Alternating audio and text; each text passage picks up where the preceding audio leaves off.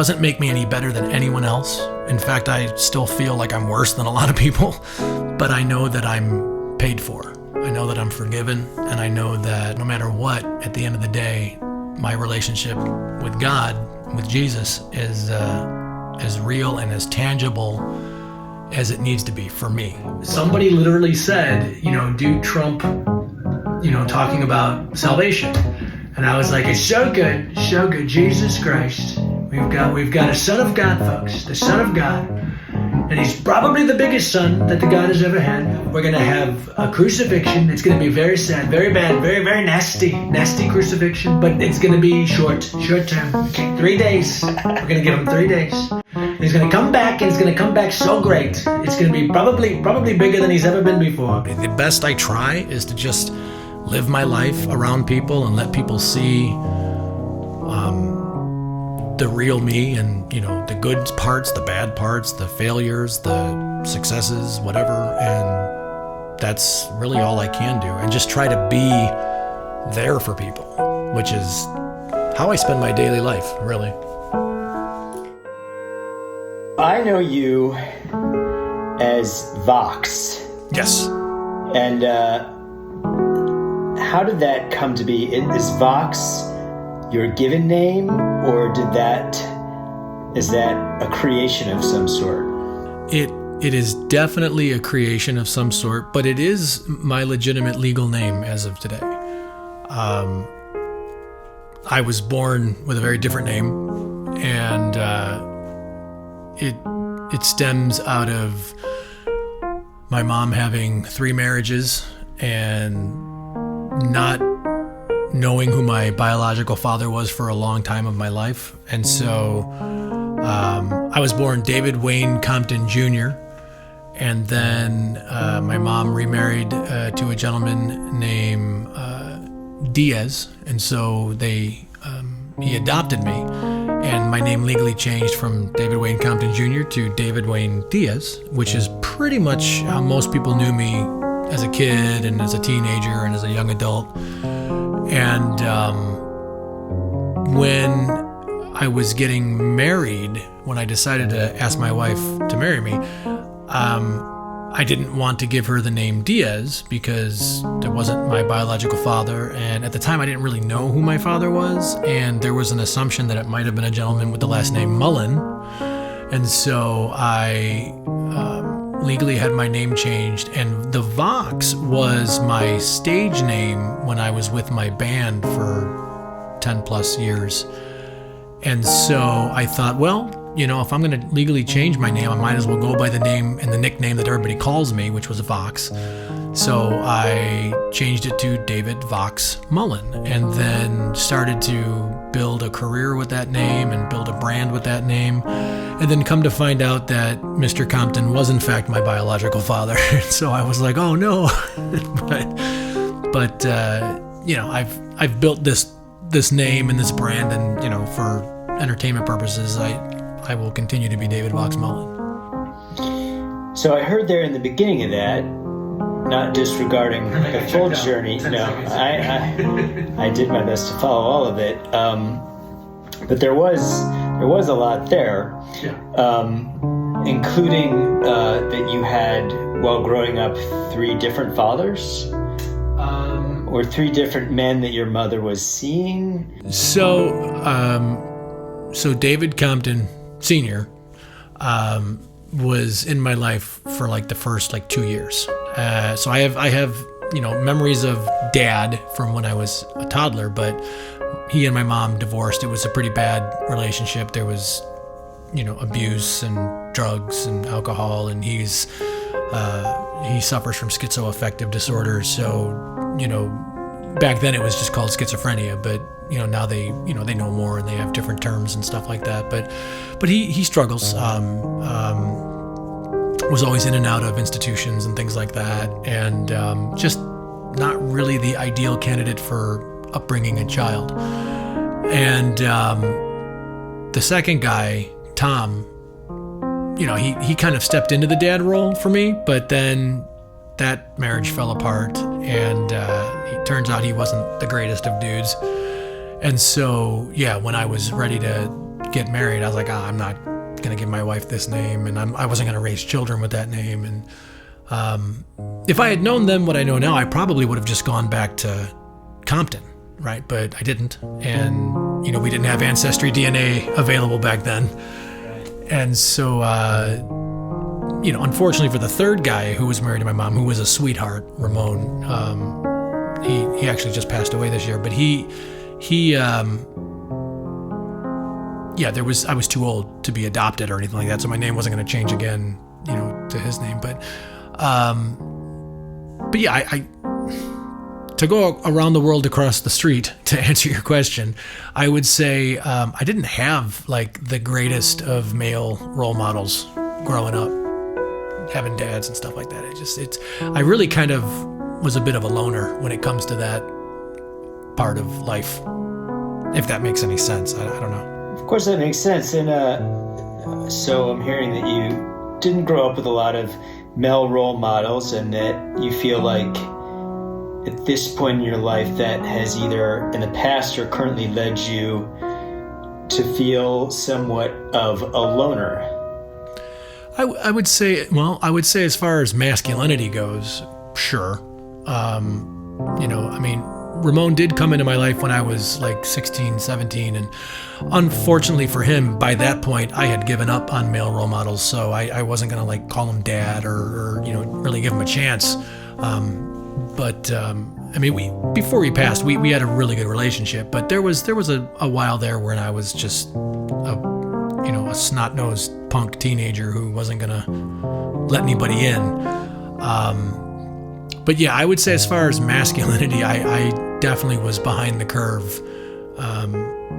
In fact, ironically, it kind of goes into a lot of who I am today, but there was a lot of, for a long time it was just me and my mom, so I had a lot of feminine, influence. And I think for the longest time, there were thoughts that, maybe I was gay or something like that. The kids would always, drill in on me like, oh, you're a this or a that or whatever. And it's like, well, no, not really, but I get why you see that. I liked a lot of more feminine type things, but at the end of the day, I definitely found, I think, an acceptable level of masculinity. I still have some testosterone, so I'm good, but for the most part, yeah, it's been a unique life, I would say. And you spoke about, as you present yourself today, I'm still interested in connecting a lot of that, certainly, being someone who I am interviewing today, and wanting to find out what makes you tick. Certainly curious about your journey with the sexuality spectrum. Sure. And also, I will go anywhere you want to go. Any questions? I have no shame, no pride. And I know you do sing a little, right? Oh yeah. For the longest time, that was my identity. When I was a young kid, my dream was to be a rock star, right? I wanted to be the pop singer, the rock singer. That's who I was. And back in the early 90s, I was, trying to get things off the ground. I had a developmental deal with a Christian record label down in Tennessee, down by Nashville, Franklin area.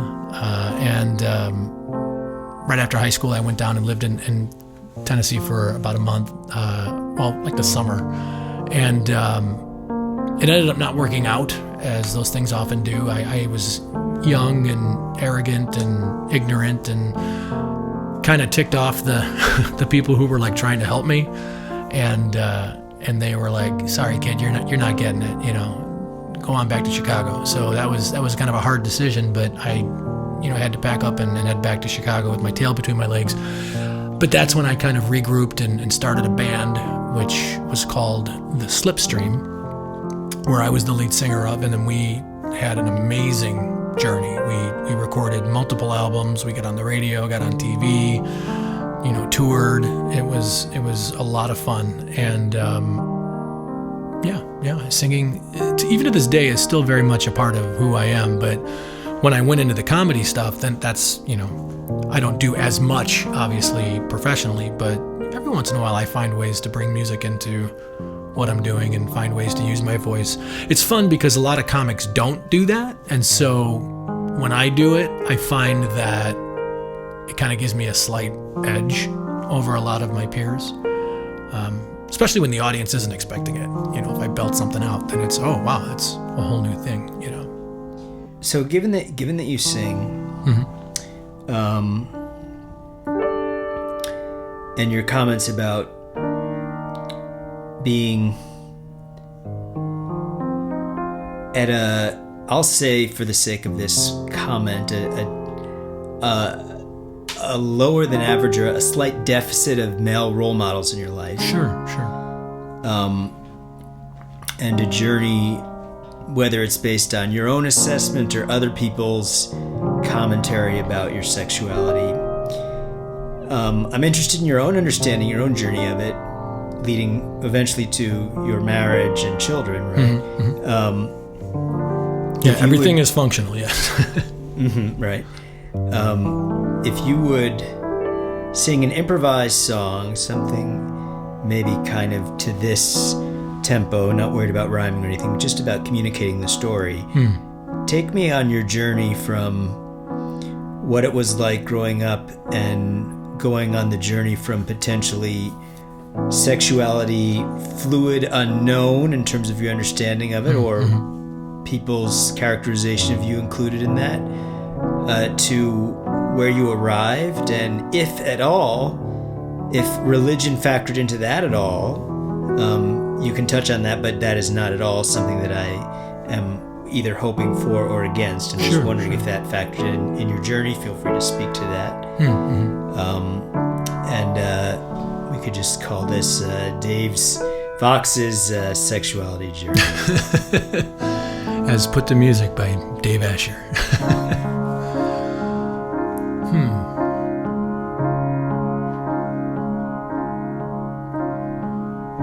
There was a time when I could find a rhythm. I knew exactly who I was to be. But circumstances beyond my control had many other plans for me.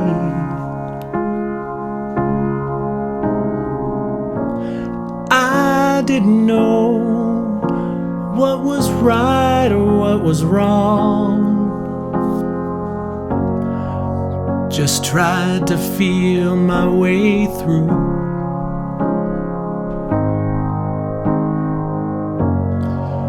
But here and now, I can see I'm where I belong, without a role model to view.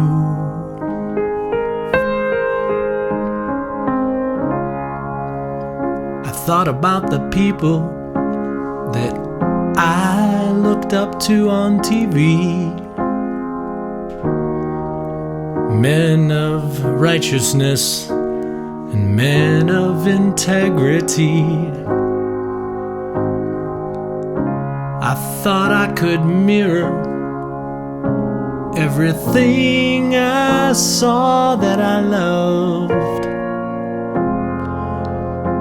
and found my limitations reaching above.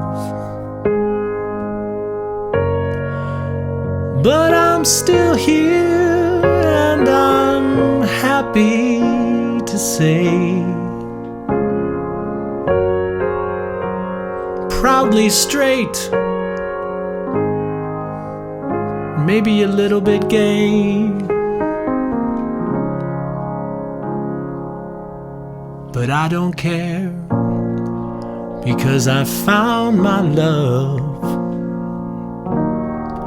And I know I'm covered from my Father above. So here and now we stand on principle.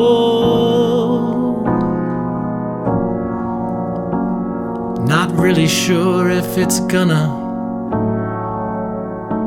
fill my cup, but I keep on moving forward, and I'll keep on reaching high. The years keep ticking off, and I'm ready to fly. Key change. Oh, I'm ready to fly.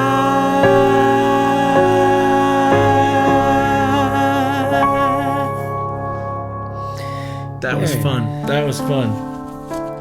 Did that give you anything? Did that tell the story? I don't know.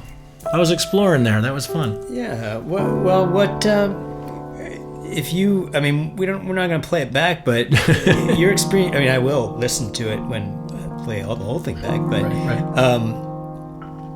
What in your telling of your story in that song?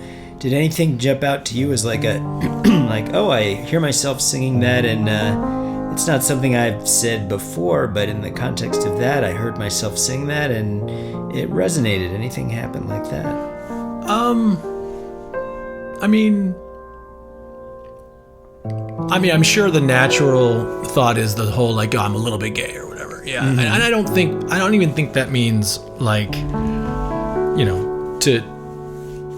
not to offend anyone in the gay community, but I don't mean maybe sexually gay, but it's more of just the cultural aspect of, you know, like the gay culture. I've always been drawn to gay culture. If that's, I don't even know if that's a term. Is that a term, gay culture? I grew up with gay people, and I loved the way they lived life, and I've always wanted to hang out and just have those people in my life, and I love all of my friends and whatnot. But I mean, I can be honest and say that there's no sexual attraction to the same sex for me, but like, again, like the culture I dig. I have a whole bit in my stand-up routine about I'm not gay, but I'm gay adjacent. Right. Which is, one of the things I famously say is I'm not gay, but I can sing every lyric to West Side Story. Or I'm not gay, but my favorite color is rainbow, and it's true. I mean, I can't land on any one color. I don't know if it's ADHD or whatever, but like if I focus in on one color for too long, I want another color, so it's the way it is. With respect to culturally gay, which makes total sense to me. Good, because I don't think I've ever heard that term. I just feel like that's the best descriptive. Do you, in your journey with Christianity, which some people take to be maybe at odds with gay, not necessarily gay culture. No, I mean, call it right on the face. Right. I know exactly what you mean. And yeah, I would say that I definitely, look, I don't besmirch anyone who has those beliefs. I would say I've been fortunate enough to get further educated on the matter. Educate our viewer. Now, I think, so filling in I don't want there to be any unspoken elephants in the room. Of course. On my part.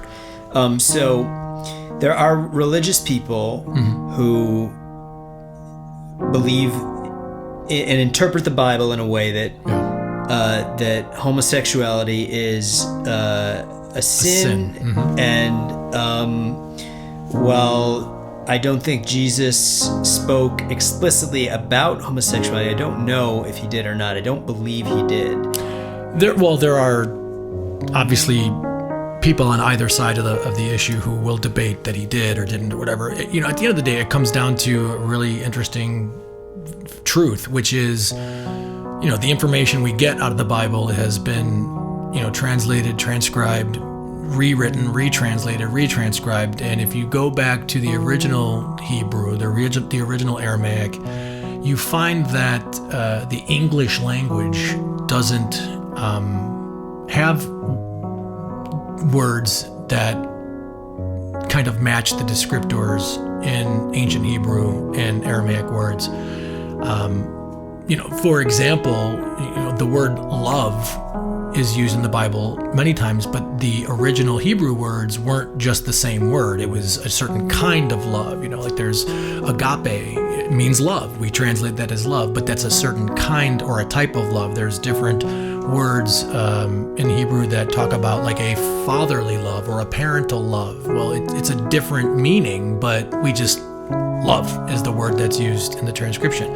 So to go back to the point, up until 1946, homosexuality was never in the Bible, ever. It comes from an unfortunate mistranslation of a Hebrew word, and I always butcher it, but it's like arsenikoi or something like that. And the word, if you really get down to it, the definition or the meaning of the word is, what would be the sin would be for man to lay with a young child. Right. And that unfortunate mistranslation just become, I think it was young boy, and I think that's where like they took it into meaning, just a homosexual relationship, and it was really more about like rape and inserting one's power over another child or an innocent, which is not the same thing as a obviously loving consensual relationship.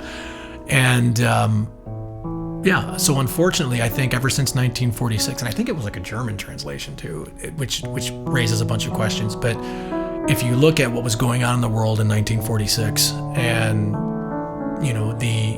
the idea behind what kind of manipulation can be used by changing it to homosexual or having homosexual sexual intercourse, that could solve a lot of problems for certain groups of people. And I think what's so horrible about it is being a Gen X kid growing up in the 70s and 80s where, the AIDS epidemic was rampant, and watching the church, very much where I grew up in, demonize and basically just ruin people who were gay. And I've never agreed with that.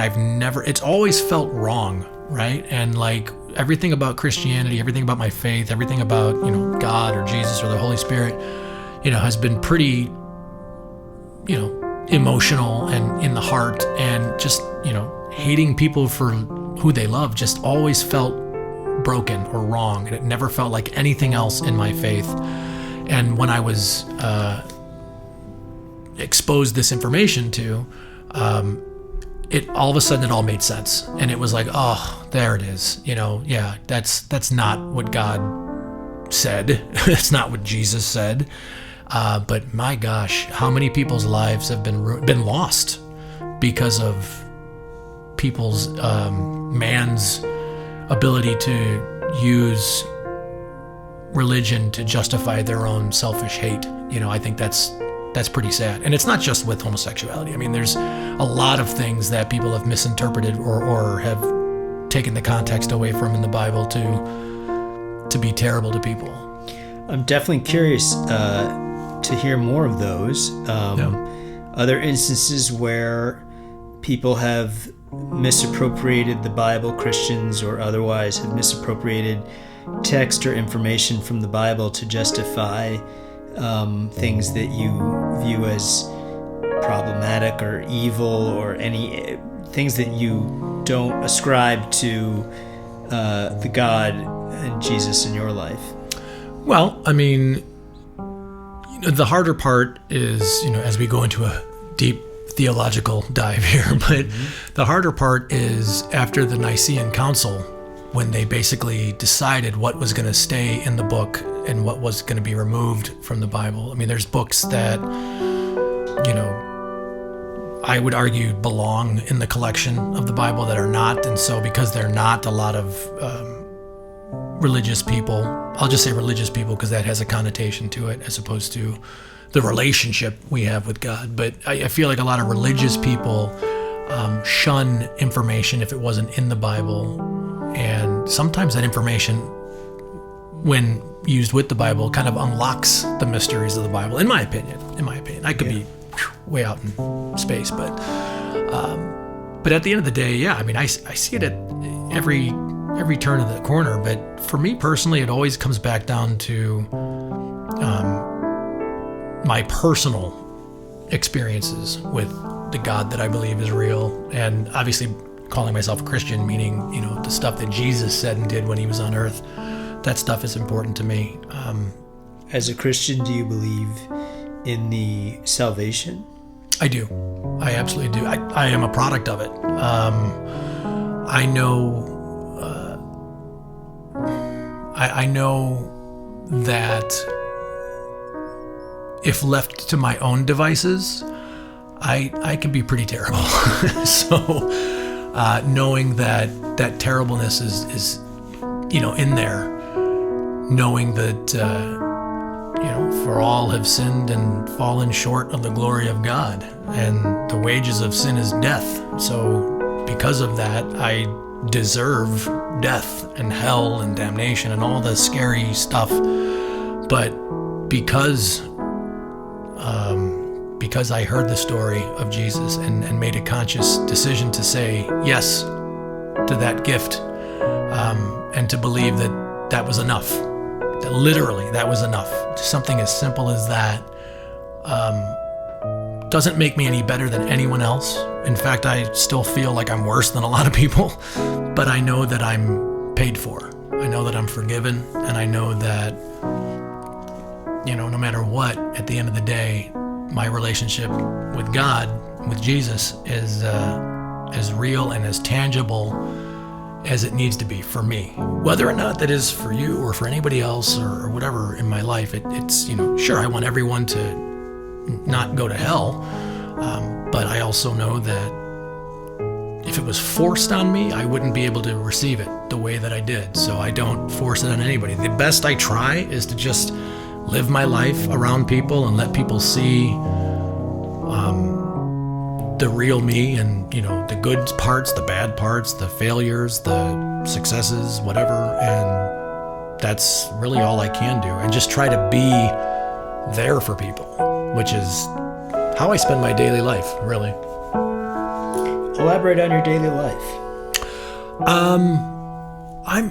I'm in constant communication with various people throughout the day, all different walks of life,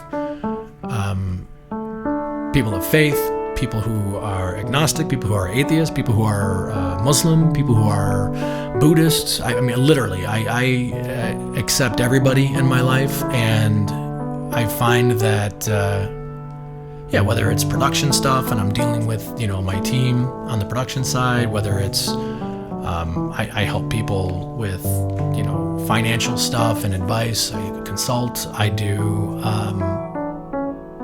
obviously comedy stuff and pro wrestling stuff. So, I mean, I have so many different types of people in my life. I don't want to lie and say I don't like being alone or don't like silence. I do like it in small, spurts. But for the most part, I like to always have people around me, people in my life, people to talk to. And so I guess I choose to fill my day with that. So you mentioned comedy and you mentioned wrestling. I'm curious about all that stuff. I don't know the full story with the wrestling. I see your posts about it. Yeah. But as someone who's not a wrestler myself, I never... You're not a wrestler? I'm not a wrestler person. I was when I was a kid. I liked WWF and all that stuff when I was growing up. So I'm not, at the moment, going to open up that Pandora's box of wrestling. And I really appreciate the box we've opened up in terms of Christianity. Sure. And I'm not necessarily trying to dovetail this into the mental health component of your story, but I'll say, speak to your journey with diabetes and weight and that situation. Well, that's the real thing right now that I've been focusing on. the winter of 2020 during the pandemic. I went in for a physical, as I do every year. I jokingly say, because my birthday is Christmas Eve, so it's like going in for a physical in December is probably like the worst thing to do, because ever since I turned 40, every year something new was wrong with me. I'd have, I needed my gallbladder taken out. I busted my ankle one year, needed surgery. I was fine until I was 40. Then things started breaking. Well, in 2020, I went in and just to do a typical physical, and I got my blood work back, and my glucose level was through the roof. I think I had, if I remember correctly, my A1C was like 11 or 12, which for anybody who knows, that's awful. For people who don't know, that's awful. Usually the average is they want you to between like 4 and 5, maybe 4 and 6. But yeah, I was double that. And my literal blood sugar, I think I wanted to say I was like at 800, where a normal blood sugar should be below 100. And my doctor was like, Dave, like, this is bad. There was no time to even evaluate. It was, no, you are diabetic. Like, something's wrong. The question was, is my type 1 or my type 2 at that point? So we did some tests, and early on the preliminary test was type 2.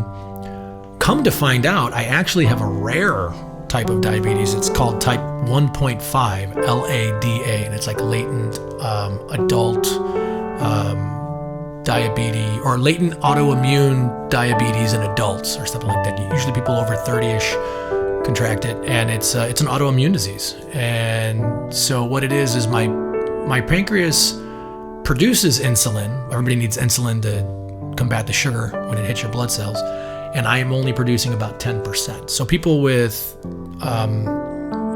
type 1 diabetes, they're just not producing insulin. They need like a pump or shots. People with type 2, they are like insulin resistant. So they produce insulin, but it's just not doing anything. I just am not producing enough. And eventually my pancreas is going to stop producing insulin altogether, and I will need a pump at some point. I'm just hoping to make it to 65 before I need that, so Medicare will pay for it. But yeah, I was diagnosed with diabetes, and it rocked me, because I knew that it was my fault. I have a food addiction. Some people are addicted to drugs, some people are addicted to sex, some people are addicted to alcohol. Some people are admittedly addicted to food, and I absolutely was addicted to food. I think I don't think she'd be too mad at me for saying this, but my mom, I think, suffers from the same thing. Pretty sure she does. She was always overweight my whole life, and so I think I grew up watching my mom cope with pain and sadness and depression with food. And so that became a coping mechanism. And I think for me as a child growing up, that was also my coping mechanism. So when I was independent and lived on my own, that was my control. I would eat to feel better. I would eat to not be sad. And, the problem is what do? We like the things that boost our serotonin levels, and that's sugar, right? So I would eat candy. I would eat carbohydrates, pizza, pasta, chips, all the fun stuff, all the stuff that tastes good, really. And, so I spent most of my life eating terribly. I was almost 400 pounds at my heaviest. If I'm being technical, it was 398.6. And I remember getting on the scale after the diagnosis, and I thought, I'm going to die, Dave. I mean, I thought there's no way. I knew my inability to control myself with food. And I thought, this is how I'm going to die. This is going to kill me. And to be fair, it's still very well made, but the good news is not from my own doing at this point. Maybe from damage that was done beforehand, but I have a good grip and control on it. As you can see, I've lost over 200 pounds, and you knew me when I was heavier. I did, and I also wonder, I mean, there's so much there, Vox, and one question I'm tempted to ask is, what is your association of? I'm going to throw out a couple words here, and I want you to just sort of riff on it. Okay. I'm going to up the tempo just for a second on the music and make it kind of like almost like ask you to go into like an improvised stand-up routine. Sure. Inspired by the idea of a connection between overeating and comedy, and you might have material on this already, but you might not. But I'm thinking like in terms of like, so growing up, food was a coping mechanism. Yeah. And I'm wondering too how comedy fits in as a coping mechanism. How did you first, maybe that's really the question I want to ask first, is how did you first discover that you either were funny or wanted to be funny? What's your first memory of comedy? Oh, yeah. No, I absolutely have the answer for that. And what's funny, as I mentioned earlier, when I was a little kid, my dream was to be a rock star, right? I wanted to be a musician. I wanted to be Michael Jackson. I wanted to be Bono. I wanted to be those guys that I saw. Ironically, male role models, Michael Jackson probably wasn't the best for masculinity, but I get it. But yeah, while I thought, okay, my chosen path is music, but I would still entertain myself with comedy, right? And so like the very first exposure to comedy, I think, was my parent brought home the VHS of Eddie Murphy Delirious. I don't know if you remember that. Sure. Him in the red leather jumpsuit, and that was my first experience. And I saw Eddie Murphy, who, man, when you look back at how young he was when he did that, it's mind-blowing. But seeing him just commanding the audience, he was definitely in a giant arena, right? So it's the first time I had ever seen somebody not doing music hold attention of an audience in an arena doing comedy. And he was singing, he was doing impressions, he was doing comedy, he was doing some pretty blue comedy too, which for a young kid, I think I had to have been like 6 or 7 years old. Probably not the best parenting, but maybe in hindsight, I think it worked out for my parents because this is what I do now, right? But yeah, Eddie Murphy was definitely a first inspiration for me. And then, it was a different time, but I would say Bill Cosby was a big influence. Bill Cosby himself was a master class in how to do clean comedy, right? And so I always loved comedy. When I was in high school, I'd work at Portillo's, and after work I'd go to the video store across the street and I'd bring home stand-up comedy specials. Howie Mandel, Robin Williams, Bobcat Goldthwait. I have memories after memories after memories of just watching stand-up comics in my room, probably eating an entire Tombstone pizza. But those were comfort times, right? We talk about comfort food, right? Like there's the connection. I'm hearing that. I see the connection. I want to jump in right at that point. Yeah, do it. Listening to Eddie Murphy, Bill Cosby, and binging a Tombstone pizza. Right. So picking up from that moment, if you were gonna kind of speak to that, like the pleasure center that both of those hit, and did they hit together? And yeah, that's probably exactly what was happening. A dopamine, blast of food and glucose and a chuckle or two, and just the adoration of an individual who's commanding an audience, right? Like that's at the core of wanting to be a rock star. I never thought I could be the comedian, right? So I just thought, music is what I know, is what I love. Piano lessons, guitar lessons, singing in the choir, and performing in, school plays and musicals and things like that. So I thought that was the only path I had to being that entertainer, so to speak. But at the end of the day, I think that's really what I wanted to be, was an entertainer. And maybe, and I could be having this epiphany now, but maybe being the comedian was what I really always wanted, but just didn't think I could.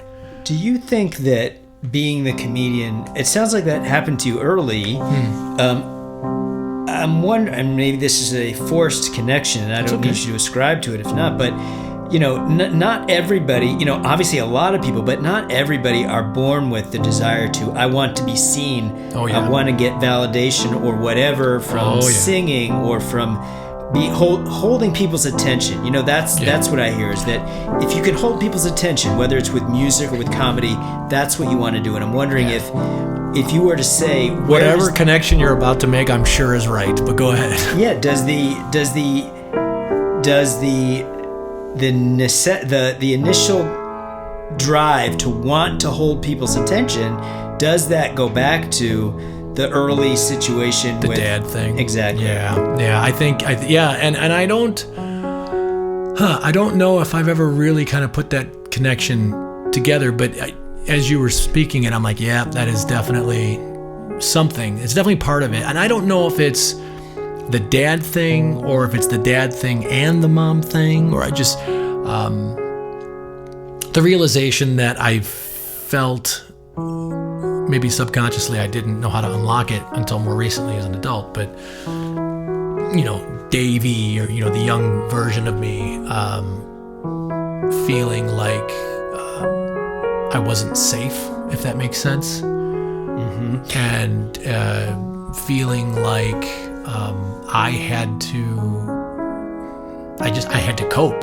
No one was coming for me. No one was coming back for me, if that makes any sense. So if people are watching you and giving you attention, that gives you safety somehow? Maybe. Yeah, maybe. Maybe it's just, or I have people value. Are paying attention? Yeah, I have value. Maybe the lack of having my days. I mean, I'll try to read or digest this, because I don't. The value makes sense to me. Yeah, well, I think my issue was, when my mom and dad split. I'm a 2-year-old, 3-year-old kid. I don't understand why dad's not here anymore, right? Mm-hmm. And so, and admittedly, I don't blame my mom for getting away from an abusive situation. Of course. But at the same time, as a kid, how am I supposed to understand that that's what was happening, right? So she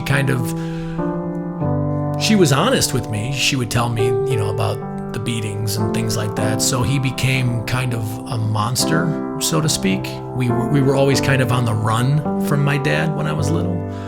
And so, which is an awful thing for a kid to have to grow up with. Your parents are the last things that are supposed to be dangerous, right? You're supposed to be able to trust your parents. And I think I felt like that was missing or unfair. My dad was taken away from me, so to speak. But then, as years went on, as I would hear the stories about the divorce and how I was able to get adopted by my stepdad, well, I was like, well, did he have to say yes or no? And come to find out, he waived, parental rights. And then it was like, well, yeah, and there's a whole onslaught of drama and trauma behind why he ended up waiving parental rights. But as a kid, I felt like he gave up, or he just said, screw it. I don't love him enough to fight for him, so to speak. And I think that was a major invalidation for me. And so, yeah, probably a majority of my stuff has been me trying to fill the void of the lack of at least fatherly validation, because the stepdad always kind of kept me at arm's length too, so I couldn't get his validation either. You know what I mean? I don't think I've ever heard him say, "Oh, that was really good, Dave," like with my music or whatever. And that might have been it. Like I was constantly doing music, constantly performing, doing all different types of things on stage. And the question is this good enough? Is this good enough? How about now? Do you like this? If I do this better than everybody else, will you accept me now? Like, I think that's probably what that is. And I would jump in here too. I'm saving thousands on therapy today, Dave. Thank you so much. Oh, you're welcome. The ultimate worthiness and value that comes from a relationship with Jesus, or salvation from Jesus as well. Yeah. When did that come into your journey? Was it something that was Christianity with you as a child, and it was like you didn't understand the full weight of it until a certain time in your life? Because I myself, I'm wondering, like, can a 3-year-old understand salvation? No, that's great. No, that's great. So I was about 5 or 6 when I would describe what someone getting, quote, saved is. I mean, and I'll add that, I'm 47, going on 48, and I'm still just getting new discoveries and what that really means, right? So it's not ever an easy path, right? But when did it? I'm wondering if everyone probably has a different journey of getting there, and for me, a lot of it. I mean, it came in different angles, but one path was through addiction and through addiction recovery. That was part of my journey there. Yeah. But I'm wondering too and again, forcing the therapy angle or whatever. Okay. But like, I'm teasing, by the way. I'm totally fine. I'm not trying to dig therapy either. Like, therapy's great, I think. But the idea of feeling a father who was leaving you insecure for a father, and was there a time when that's when the Heavenly Father emerged for you in some way, or was it a different arc? Yeah, no, 1,000%. And I'm thinking of the scripture that says, I will be the father to the fatherless, right? So, and that resonated with me. Finally a perfect father figure who would not fail me, who would not leave, right? Because they all left. Every single one of them. Even Ramon, as much as he was a good guy, he died, right? So they all left. And so I think I've spent the majority of my life feeling like all of the fathers leave, except, God the Father. When I was 6, I want to say it was, I think it was on NBC. It was in the 80s, and they were rerunning the Jesus of Nazareth miniseries, the Robert Powell, typical white Jesus, and I watched that whole thing. My mom let me watch it. My mom let me watch a lot of stuff she probably shouldn't have, but for a 6-year-old watching the crucifixion on screen, right? That was pretty heavy, right? And so I remember asking my mom, why did they do that to him? Like, what, he's God, he's good, he didn't do anything bad to anybody. Why did they kill him, And my mom, to her credit, man, she said, well, she says, when we do something bad or sin or whatever, she metaphorically said that a little spot appears on your heart, and it doesn't go away. And the more times you do that, the more spots show up on your heart. And she said, but Jesus died so that if you asked him to forgive you for those spots, he would come and take those spots away. And that's the most simplistic metaphor, but for a 6-year-old, it made perfect sense. And of course, it's not hard for a child to believe that all of that is real. As you become older and, more self-educated, you start to find more difficulties in trying to accept the tangibility and the reality of God. But when you're a kid, it's like, yeah, I'm in, I'm all in. And so as 6 years old, I asked Jesus to forgive me for all my sins and for all my future sins. Covered, right? And so I absolutely believe to this day that if something had happened to me, if I had died or whatever, that was sufficient. That was enough to be, quote, a Christian or be saved. I didn't actively, choose to live my life in servitude of Christ until I was much older. But take me to that story. So I was probably 15, 16, and it was ironically just before my second dad, Tom, left. But I said, look, God, I know who you are. I've always believed in you. I've always believed in Jesus, but I haven't made the conscious decision to serve you, to be your vessel, to be your image in the world. And I want to change that, and I want to do it. And so, yes, I want to say in 1993, it was 1993 when I made that decision. I said, that's it.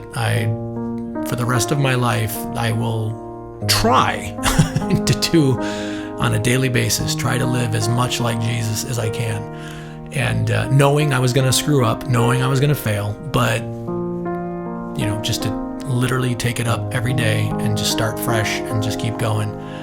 And I was baptized as a baby, Catholic at the time, but I said, doesn't matter, I want to do it again as my choice, So I got baptized on Halloween, on October 31st, 1993, and I just thought it was fitting.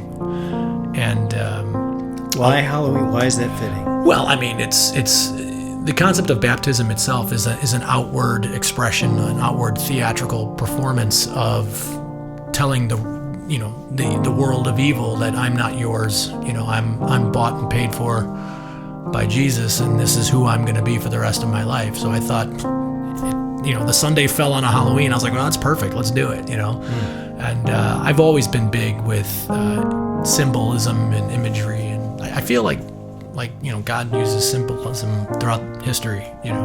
So. What do you make of the relationship between the art and, dare I say, spirit of theater and the weight and the soul of the resurrection, and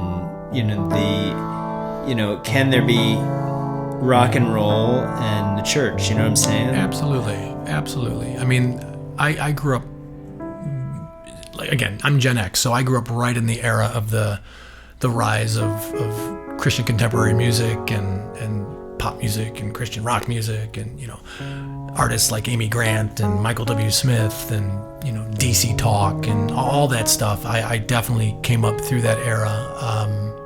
I didn't shun secular music like a lot of people did. I watched that happen, and that was kind of silly. I mean, I guess I kind of get it, but I never felt like that was necessary for my walk. But I was open to everything. I appreciated everything. And I think it's absolutely, look, at the end of the day, we call, the resurrection the greatest story ever told, right? So that is, Jesus himself spoke in parables and stories. So I think that is probably, if we get real heady, speaking in story is probably the better language than English or Greek or Latin or Aramaic or whatever. When you go and see a really good Hollywood movie, do you feel that implicitly is the message of love and potentially redemption, whether or not it's made as a popcorn movie, or whether it's it's not technically a church, but do you feel in some ways, and if you do, please speak to it at length if you would, do you feel there is a church of Hollywood that is true to the Christian church? Well, if not, don't lie about it. Yeah, no. I mean, I don't think I'm qualified to really give a definite answer on that. I would say there have been, look, at the end of the day, like I've said before, my relationship with Jesus is personal, right? So it's my personal experiences, my opinions, my beliefs, my thoughts, my theories, right? Non-biblical theories, like things I just assume and come to. So when I see Hollywood doing things, or when I watch a film that talks about those core fundamentals, faith or love or sacrifice or surrender or whatever, there's the part of me that goes, oh yeah, that's exactly how I feel.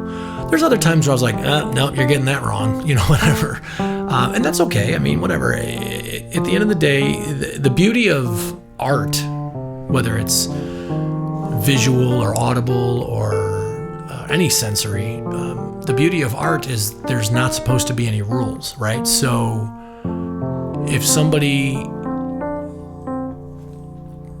fictionally or intentionally, develops a character or a story or a group of characters or a group of stories that connect with me at that level, that's great. And if there's some that just don't, that doesn't mean that they're not connecting with someone else, right? So I don't ever be like they shouldn't have done that. I'd be like, I would have done it differently, but however they do it, that's fine. And whether that's religious based content or just other content, like for a great example, you talk about those fundamentals. I think of like Lord of the Rings, right? Lord of the Rings to me is an excellent trilogy because it really shows, in my opinion, what a man should be. I think of there's many characters. There's many male characters in that saga. Obviously, my favorite is Aragorn, right? And so, to me, that was a man of honor, a man of integrity. There's obviously a level in which he could have been unfaithful to his love and chose not to, like just all the right things, right? He is definitely the Jesus-y character of Lord of the Rings. And he has his own, path and his own break and his own redemption, all that stuff. And, to me, those themes, even though it's not necessarily saying, hey, this guy's Jesus or whatever, this guy is trying to be the Jesus in that universe, right? He's trying to do what's right, do what's honorable, fight for what's right, and defend people and rescue people and do it with honor and valor. And to me, that's very attractive as far as how I want to live my life, But then at the same flip side, you've got like, say, the Star Wars saga, right? The Luke Skywalker saga. His trouble with his father, right? Like I felt that growing up when it was coming out. I remember seeing Return of the Jedi in the theater and him, not to spoil it for anybody who hasn't been around since the 80s, but for him to be able to successfully turn his father back to good. Like, to me, I'm sure there's a connection there with my biological father and wishing I could save him, or fix him, whatever went wrong with him and his mental health and whatnot. Not that he needs to be fixed. I mean, I'm also learning that, I can love my dad for who he is. But yeah, I think Hollywood themes absolutely can successfully achieve that. And there's plenty that don't. But as far as like the church, I mean, man, we live in a country where you can say and be and do whatever you can make up. So I don't get too lost in the weeds on some of that stuff, if that makes any sense. It makes sense to me. Then I'm still, though, sometimes I get into this mode of okay, so, I mean, using your story, your narrative, at 15 you say you want to be of service to God, and every day if you can. Do you feel, and this is an entirely open-ended question, do you feel that you are serving God with secular comedy or by watching a secular popcorn movie? Right. Or is that like, well, Jesus would want me to enjoy the world that is here, and is that at odds with, well, what we're walking around in is a fallen world, and you know what I'm saying? I mean, yeah. I mean, if I, it's a great question. I would say, and there's a lot that I've recently just kind of come to grips with that, because I am what we define as a secular comedian, right? I talk about very real world, very current themes. I do work blue. I do say the F word, but I feel like, I'll just be blunt and say, I go up on stage, I have material, but I'm also open. And there have been times where I'd be in the middle of a set and the Spirit of the Lord would hit me. And I would say something that isn't necessarily funny. For example, a couple of weeks back, I was doing a show up north, and there was I was doing the gay adjacent bit, and all of a sudden I felt led to say this thing, and I couldn't really understand where it was coming from at the time. I mean, I get it now, but I felt the need to say, and as a comedian, we kind of taken the mantle of, we get to be the commentators on social political issues as it is. And I just kind of felt like, the gay community or even the trans community is so beaten down by church. And it's not even church, it's just people, really. And in the middle of a comedy show, I said, what's really sad is, gay and trans people feel like, God doesn't love them. But the reality is, nobody understands what it's like to be rejected by those more than Jesus did. And that was like, it had no place in my act. It didn't make any sense. But I felt led to say that because I don't know if I had just come to that realization in the moment on stage, but I just said it. And I was like, okay, that was weird. And then I made a joke about, okay, I'm going to pass the offering plate around, just to kind of regain my footing and control of the show. But it was definitely a moment where not only did it need to be said, but I think it needed to be heard by somebody. And I don't know who, but I was happy that even in a world where am I allowed to swear on your podcast? Sure. Where I'm making dick and fart jokes, God can still find a way to get in there. You know what I mean? And that was a pretty powerful thing for me. And so I just made a deal with God at that point and said, you know what, from here on out, every time I go up on stage, I say, God, I'm going to go up there and do my thing. But at any time, if you want to come in and say something, I will step back and let you do it.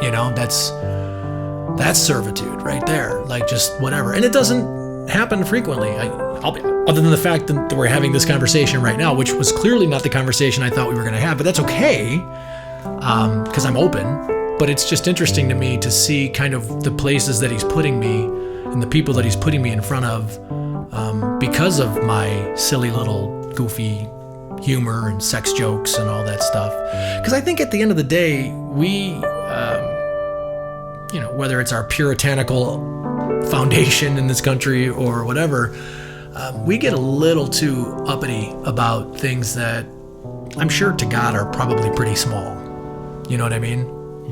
And so I'm learning that that's the case. And that's probably, if we were being honest with ourselves, probably why Jesus was able to hang out with tax collectors and prostitutes and whatever, because he's like, this stuff is so small, guys. You guys are missing the bigger picture. You know what I mean? Mm-hmm.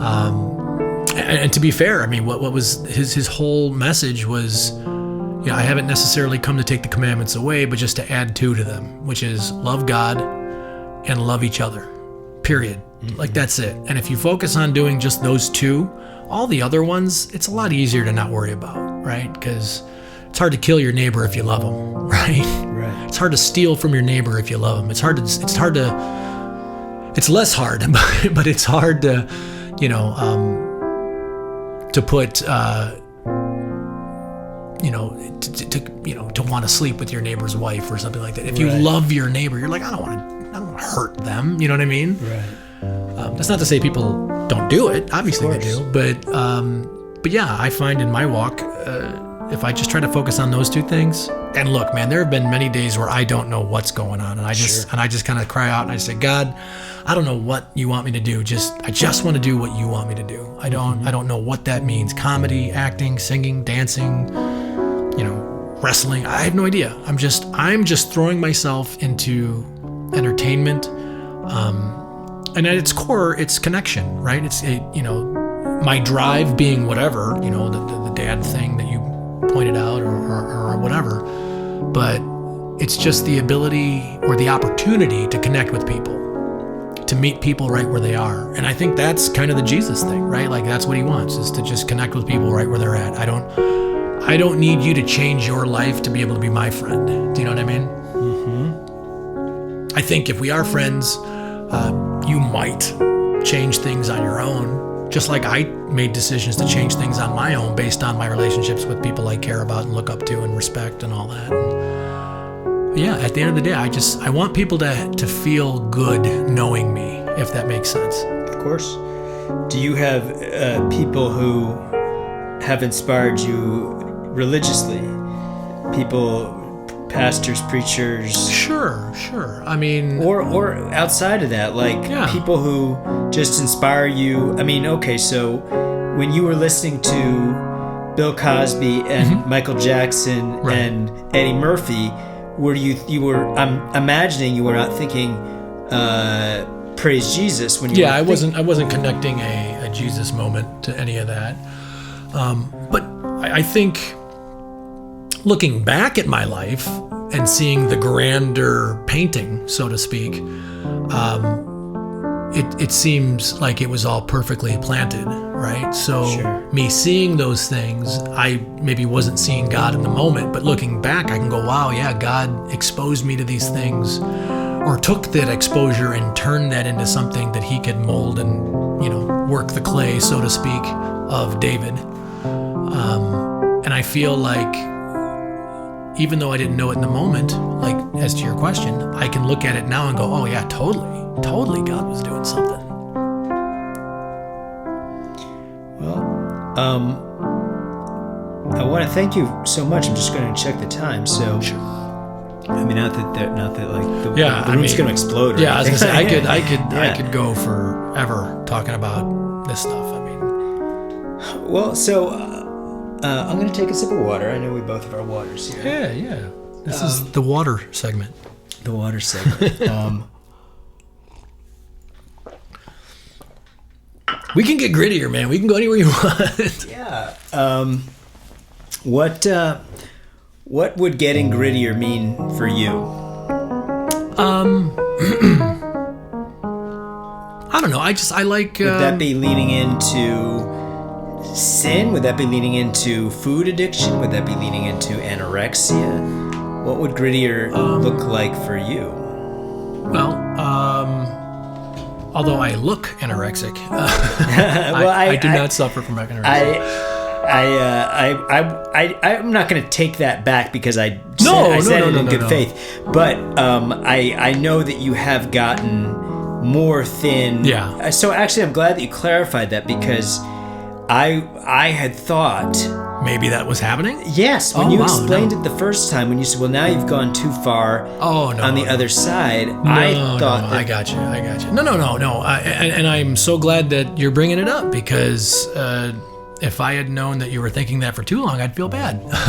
But yeah. So you're thinner now than you want to be. Or that doctors think that you should be. Well, it's not so much that doctors think.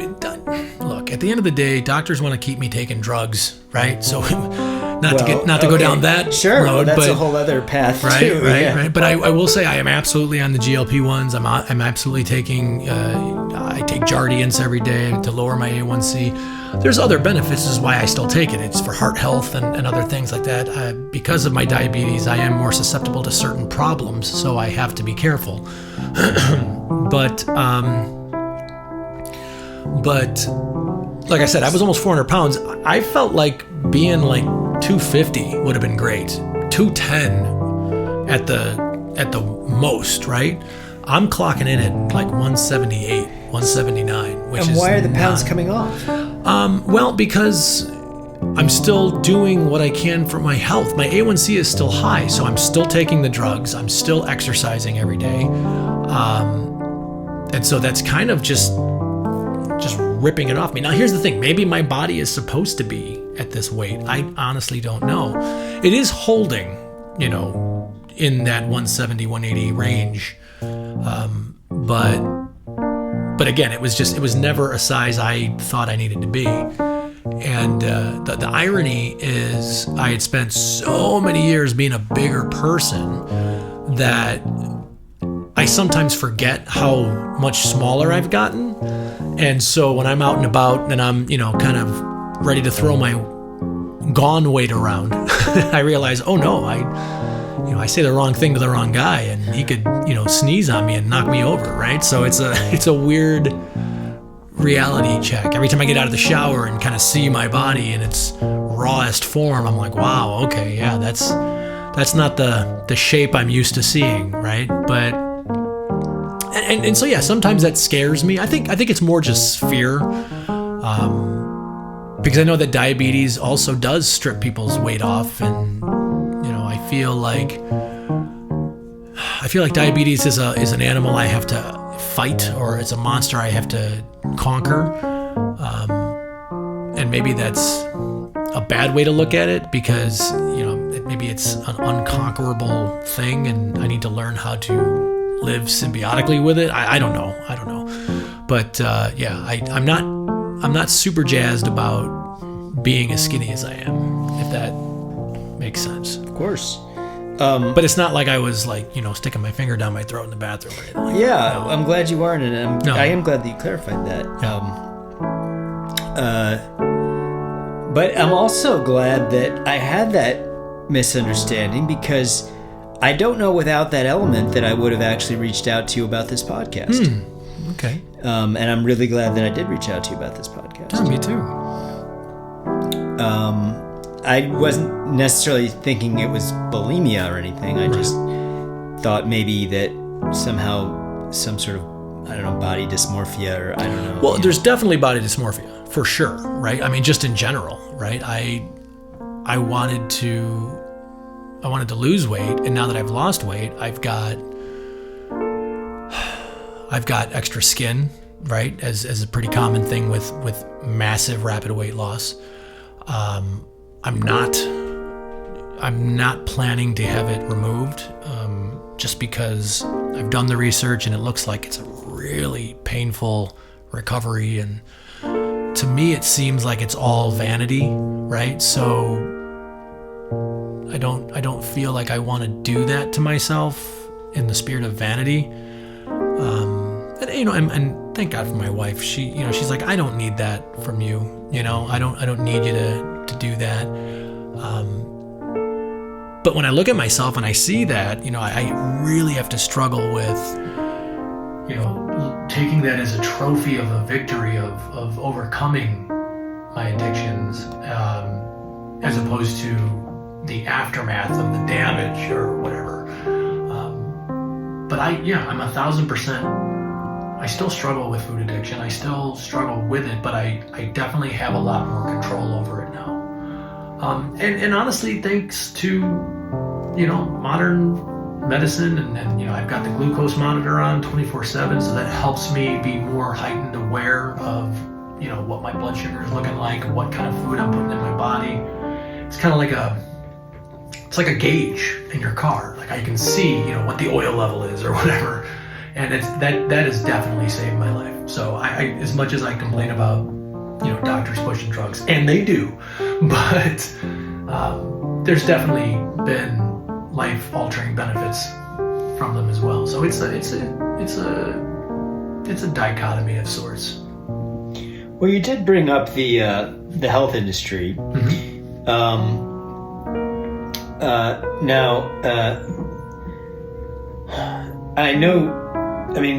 I know you have thoughts on this, political thoughts. I have thoughts on everything. The question is do I bring them up or do I speak them, right? Right, yeah.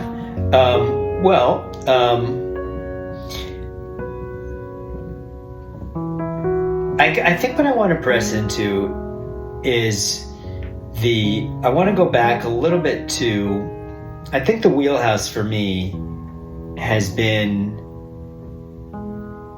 the connection between, I want to go back to something you said very early on. Sure. About feeling a little bit of a loner. Do you recall saying that? Oh yeah.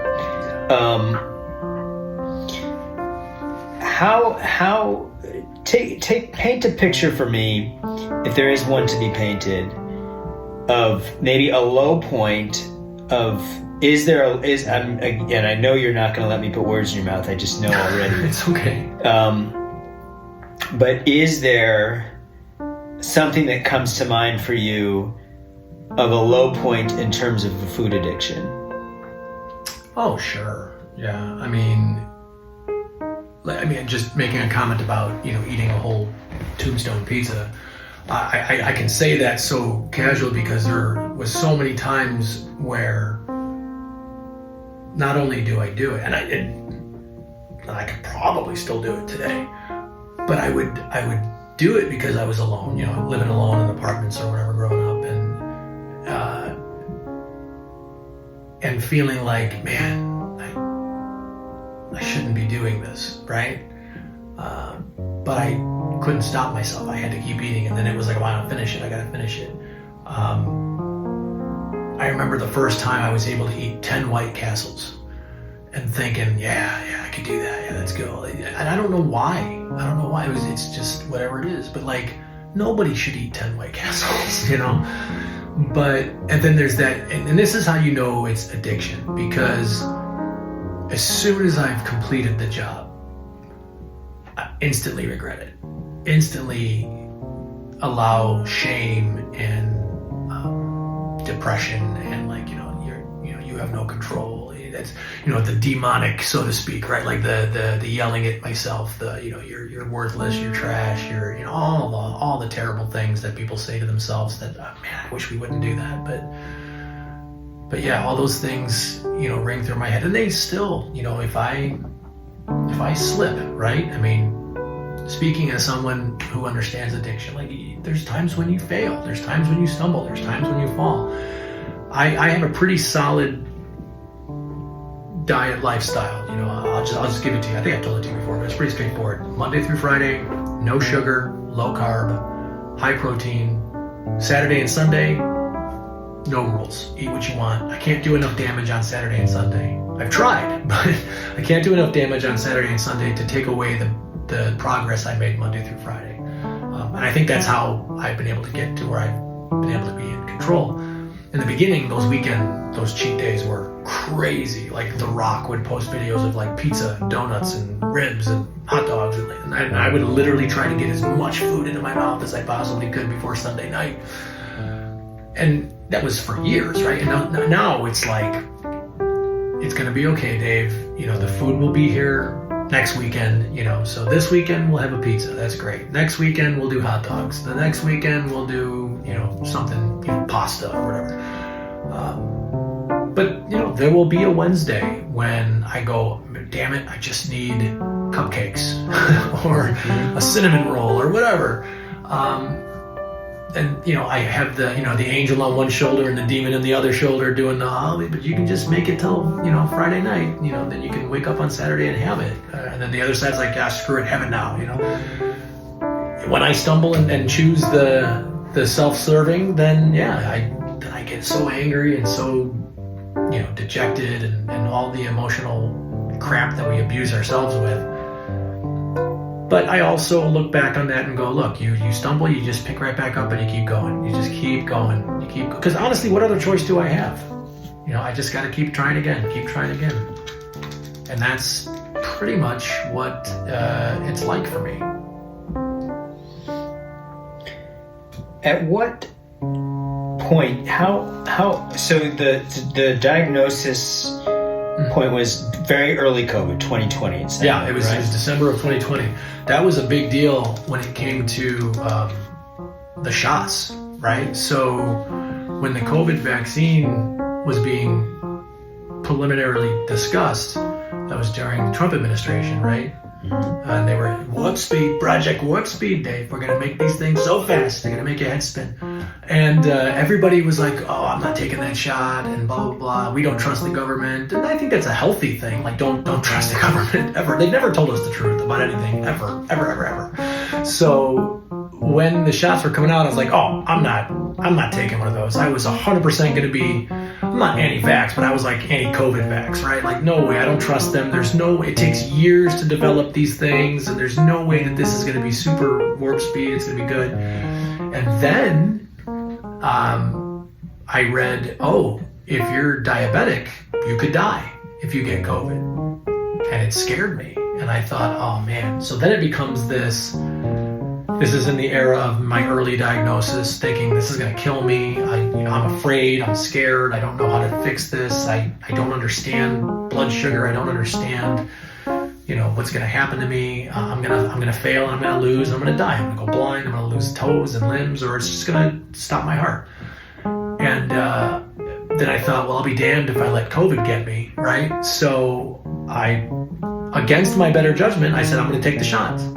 So I got the shot, got the booster. Not so much because I believed in it, but more so at that time we were trying to get the Comedy Shrine back open. And so I was so desperate to work, right? I wanted to get back on stage, right? At the end of the day, that's all I cared about. And so I took the second booster, so I think I had 3 shots. And then I got COVID. And I was like, wait a minute, this isn't, I'm not supposed to get COVID if it's a vaccine, right? And they were like, and of course, you remember, there's so much division on the information, but it was everything and everywhere and all over the place, and this or that or yes or no, and I was like, I am so sick of this. I've had enough. I don't trust any of it. It's I hope that it doesn't do any lasting damage to me, but I was compliant for a while, and then I'm like, no more compliance. I'm done. This is ridiculous. And ironically, I haven't gotten COVID again, but watch now, I'll get it. Because that's irony, right? And that's comedy, and that's life, and the world is full of irony. And Alanis Morissette nailed it with that song. I mean, it's life is full of you think you're gonna go left? No, we're going right. That's just the way it is. But yeah, that's been my experience. But I was afraid of dying, as I'm sure many people are. And that's the one thing we all have in common, right? We're all going to die. We're all trying to not die. I got to jump in for a second, just because I'm all over the place. No, not that at all. I'm just trying to get into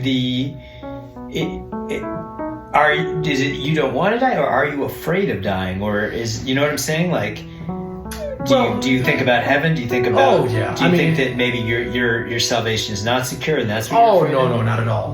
No, I mean it's the the famous saying is true. I'm not afraid to die. It's the dying that scares me. I don't want pain. I don't want to suffer. If I'm going to be alive, I really would like to be able to see, smell, taste, touch, do all the things that I can do. Play piano, do comedy, play guitar, watch movies,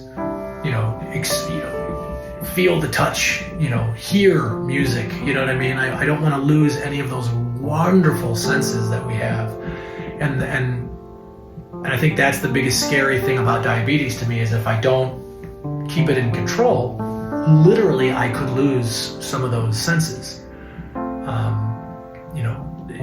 Going blind is a very real potential for me. Losing toes, losing legs is a very real potential for me. Not to say that I couldn't still be an entertainer, but man, I really don't want to have to try to figure out what that looks like. Do you know what I mean? Mm-hmm. So that's the fear, for sure. And like I said, just pain. Pain sucks. I don't like it. I don't want it. I want to try to avoid pain as much as possible. But that being said, if I get crushed by a 30-ton, anvil, I'm whatever. So be it. I would feel bad for those who I would leave behind, but I'll be okay. I know my soul is secure, for sure. Speaking, I appreciate all that. I want to hop in with a thought here about pain and performing, and ask if I've seen your act a couple times, and I know there's the Trump impersonation, which thank you for gracing this podcast with. I do it way more than I want to, like in my daily life. I'll say something that's so Trumpish that I can't say it without doing the impression, because I feel weird saying it otherwise. Like if I start talking something up, like he always does, right? He's the great salesman or whatever. That's all he is a pitch man. But if I'm trying to tell somebody about this great show, it's if I catch myself saying it's probably the best show I've ever seen, it's like, it just comes out, right? But yeah, it it has given me a level of doorway keys into furthering my comedy career, for sure. Not that I want to be known as an impressionist, but my version of Trump is fun and I think unique, and I think I do them pretty well, and probably better than anybody else does them.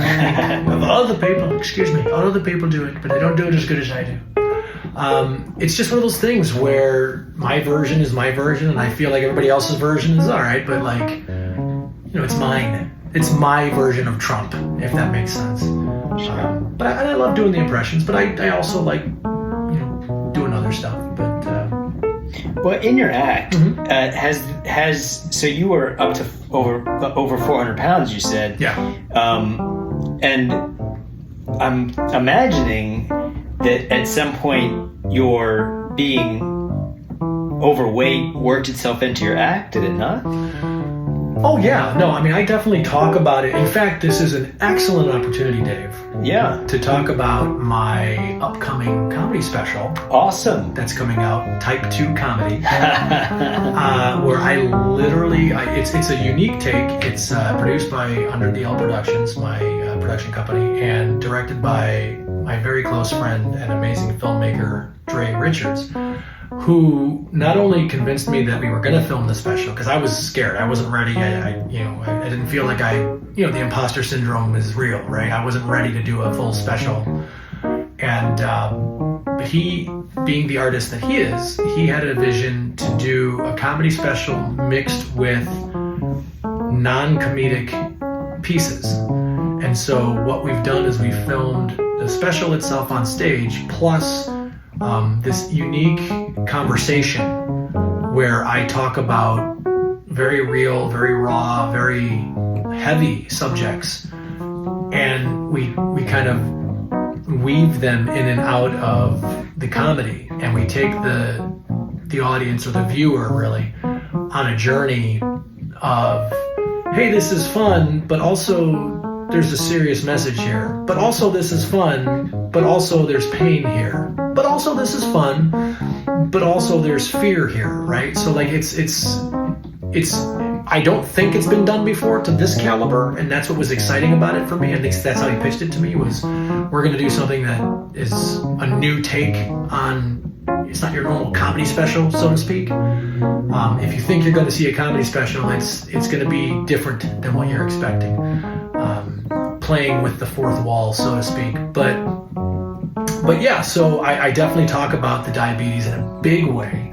And I actually wrote a comedic song about having diabetes that I will share with you offline.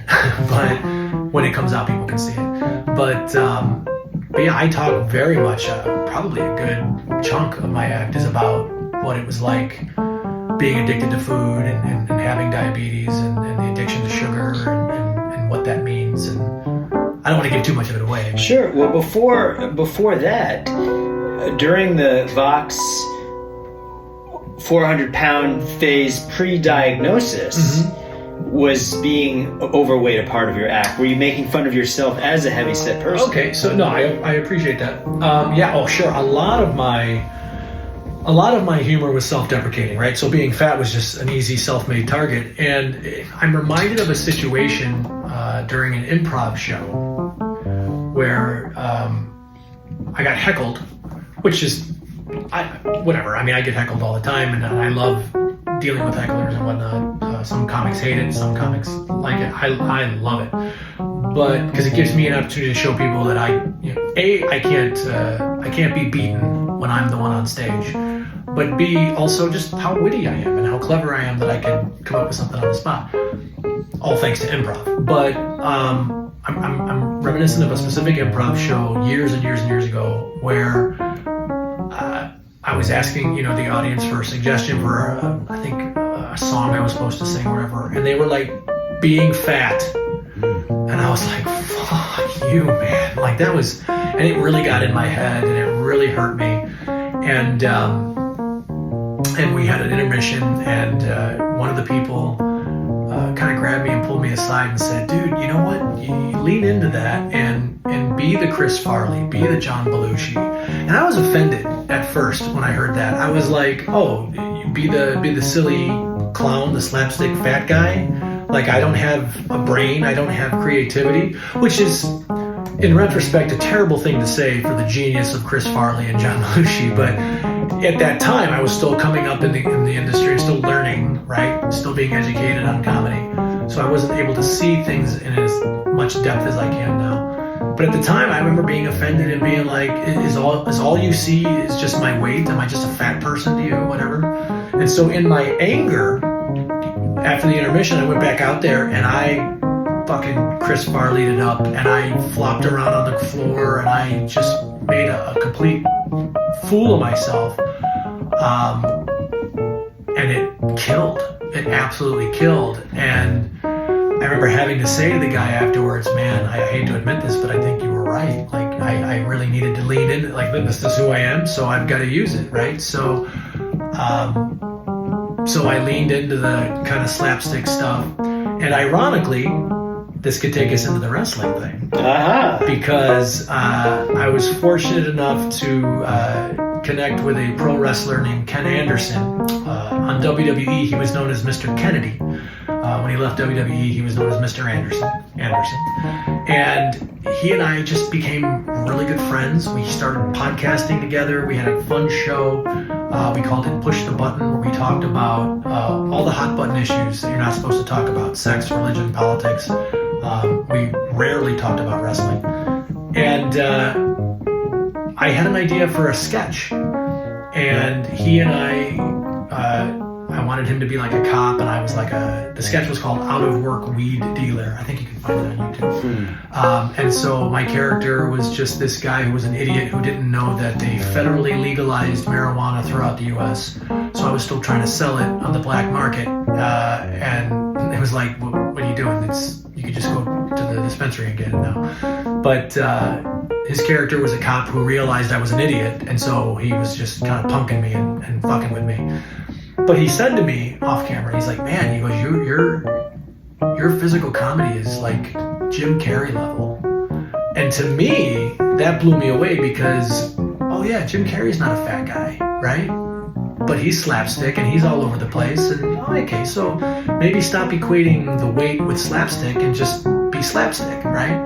And it really spoke to me. And so our relationship built from there, and he would introduce me to various wrestlers. He would take me backstage, and I get to go hang out at the pro wrestling events, and I would meet people and producers and writers, and lo and behold, through time, I ended up establishing a relationship with WWE legend Al Snow, who I convinced, who is a very funny guy. I convinced him after many months of prodding him to go on the road with me and do a two-man kind of vaudevillian comedy show. And so we did that for 2 years, and it was so much fun. And so finally, at some point, unsolicited, he reached out to me and said, hey, do you want to come on TV and be this character in wrestling? And I was like, are you serious? Like 1,000% yes, you know. I grew up watching WWF and loving it throughout the 90s and whatever. I still watch it today. I'm a huge consumer of it.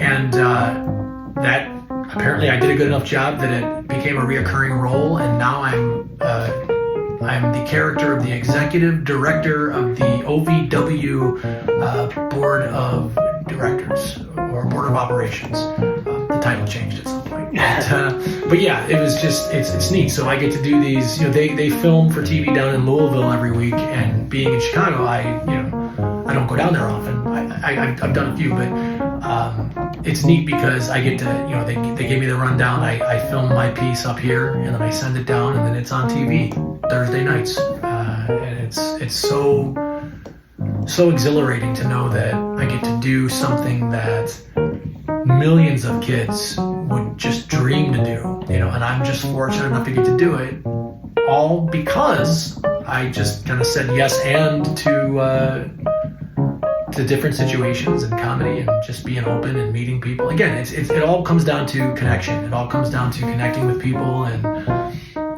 just, I hate to say the word networking because that makes it sound so like corporate, but the reality of it is it's relationships. It's all relationships. I love meeting new people every single day, and it's funny, I don't have a good short-term memory, but I have a great long-term memory. So like, I'll do a show somewhere and someone will come up to me and talk to me and tell me their name, and I'll see them like a year later and I'll be like, hey Gina, or hey Bill, and they're just like, oh my God, how did you remember me? But I know what that feels like when somebody I respected or thought was inspiring remembered who I was, right? So that's important to me, to have those connections. Probably read it in How to Win Friends and Influence People, you know. But to really mean it, to really connect with people.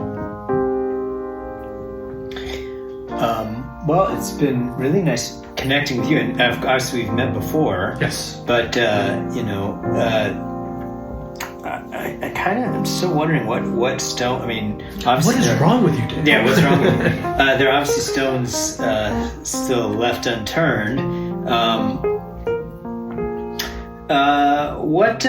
Let me ask. So I see a journey for you of you know, you said networking, and that to me, no, I don't mean that in a negative way. Yeah. I mean, why did you say that's okay? Why did you say? Well, I thought you stopped yourself from saying it because I said.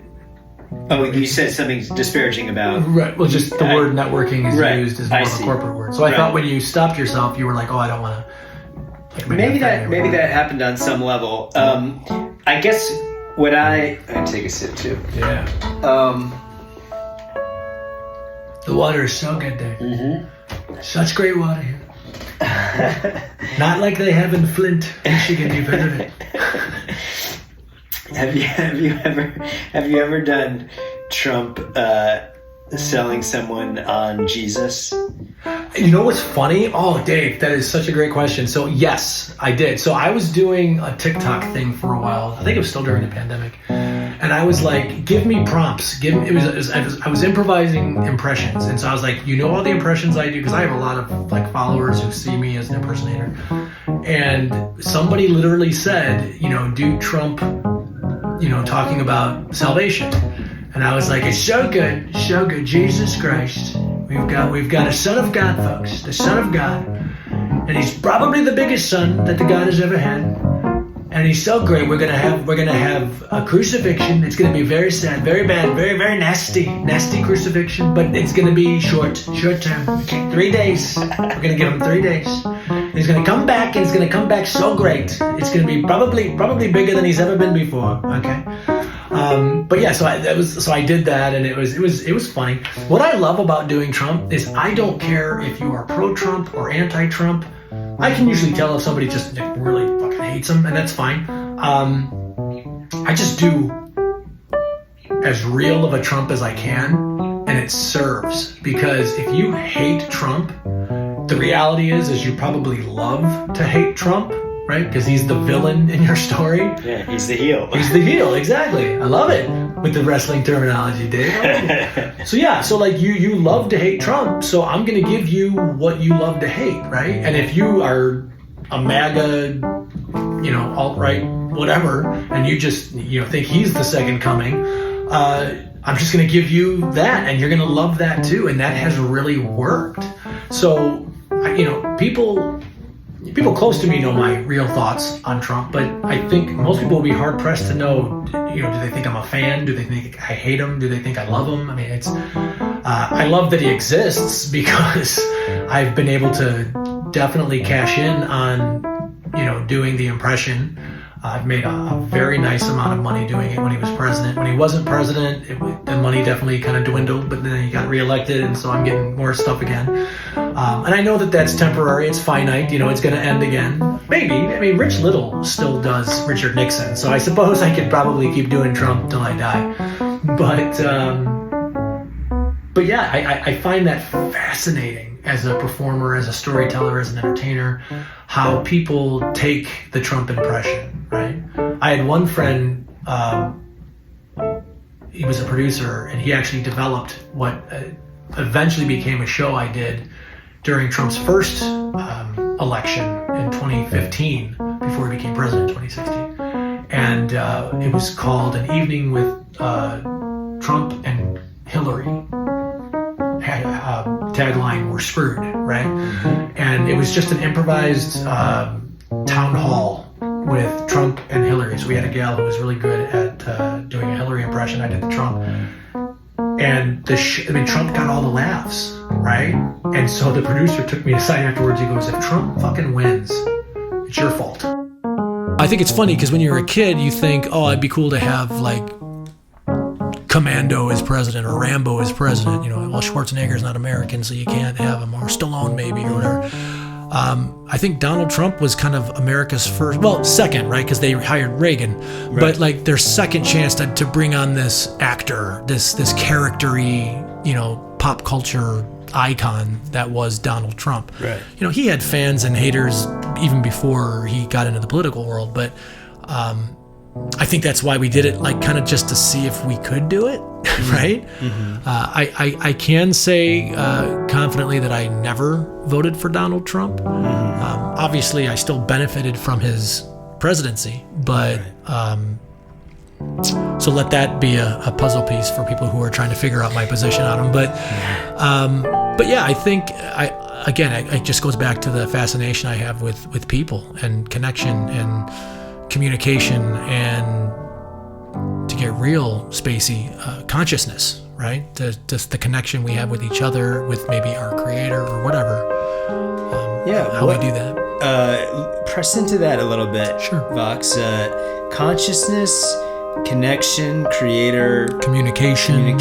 Yeah, riff on that a little bit. Well, I mean, if I dig into that, I feel like, if I'm being honest, maybe sometimes with medicinal assistance, but I have come to places where I feel like there's something kind of beyond the veil of our reality, the heaviness or the entity, so to speak.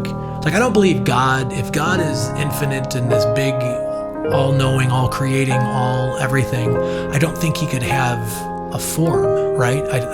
He would be limited in a form. So I feel like maybe God is like a consciousness or an emotional connection or something.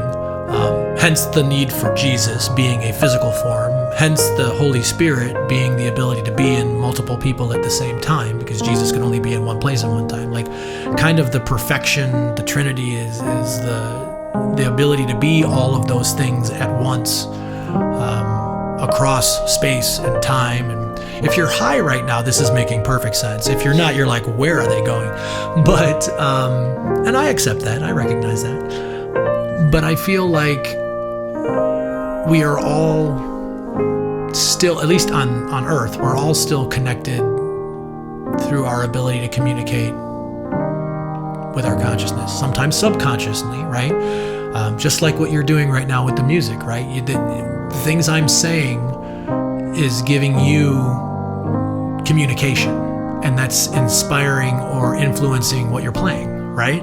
Sure. And as fellow musicians, we know that that's a language, right? You don't have to speak the same language, but you can use music to convey emotion. You can use music to tell the story. And whether it's acting a scene out without words, whether it's silent film, whether it's a song with beautifully woven lyrics that rhyme, which make it even seem more perfect, or just instrumental pieces that people can just sit in and experience and be taken on that. I've had instrumental music that's moved me to tears, as I imagine you have as well, right? I mean, absolutely. And I say that because we do speak the same language, so I feel like there is some of that that's shared between us, and yeah, it's beautiful.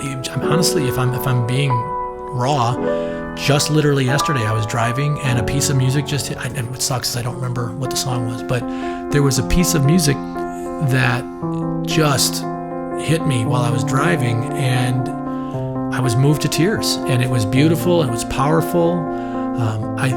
I remember saying, I remember like a small subconscious prayer, like, God, just protect me so I don't crash, right? But I was accepting the moment, and I was allowing myself to feel those feelings and the tears to come, and just be present in that space. And it was, man, that's no English was necessary there, right? The message, the story, the emotional connection I had with the composer of that piece, it was shared, and that's the beauty of it. I mean, even if it's like Mozart or Beethoven or Tchaikovsky or people who are long gone, but their music is still communicating with us, right? And so I think as an entertainer, why I have recorded albums and why I film comedy specials and why I go on podcasts and why I put content out there in the world is I know that I do that for legacy, if that makes any sense. I know that when I die, my kids and grandkids or whoever will be able to pull up David Vox Mullen or my band, the SLIPSTREAM, and just hear my voice and understand the information I was trying to convey to the world and get messages out. And I don't care how, quote, famous I get. I mean, sure, fame is fun, but at the end of the day, I just want to connect with people. And I'm thinking of Van Gogh right now, how he painted these beautiful paintings in kind of obscurity. And it wasn't until after he died that everybody really appreciates the beauty of his art now, right? Like, he didn't get to enjoy that fame, so to speak, but it still reaches us. And that absolutely is emotional to me. I don't know. Are you a Doctor Who fan? I love that. That's the end of that riff. Right? Are you a Doctor Who fan? I was growing up. Right. So the reason I ask is because on the new version of Doctor Who, they did go back in time to Van Gogh, and as a gift, the Doctor did this special thing and brought Van Gogh to modern day, so he could see the admiration that people have for his art. This paintings in the Louvre and whatnot, and brother, that brought tears to my eyes, because it was like, oh man, what a beautiful gift. It's not real, right? Maybe it's real. Maybe in heaven God lets them see that. Who knows? But like, will people know me? Will people remember me, right? Isn't that what we all want? Like, will people remember us when we're gone? And so I feel like I'm planting those seeds on earth now to be remembered and hopefully liked. Well, this is definitely a seed in my garden that I have seen grown into someone who I really like a lot. Yeah, that's awesome. So on that, I want to thank you very much for joining me and sharing about your life and your beliefs and your faith and your story. Before you close us out, I want to say one thing in response to what you just said, because it moved me. I don't know. Do you remember how we met? So I think the first time that we met was through my connection with the bit, or actually not because of my connection. It was before that. Right, but it was... Well, wait, maybe I'm wrong. Okay. My recollection is that Dave Sinkers suggested you reach out to me about working at the Shrine. So it wasn't Dave. Okay. It was another gentleman, the other piano guy. I can't remember his name. Oh, yes. Okay. Dan Jogley. Dan. Yeah. So he's like, oh, you should reach out to Dave. So I reached out to you, and, understandably and respectfully, you were kind of like, it's not a good fit. And I was like, oh, that sucks. But whatever, I wasn't like, oh, screw this guy.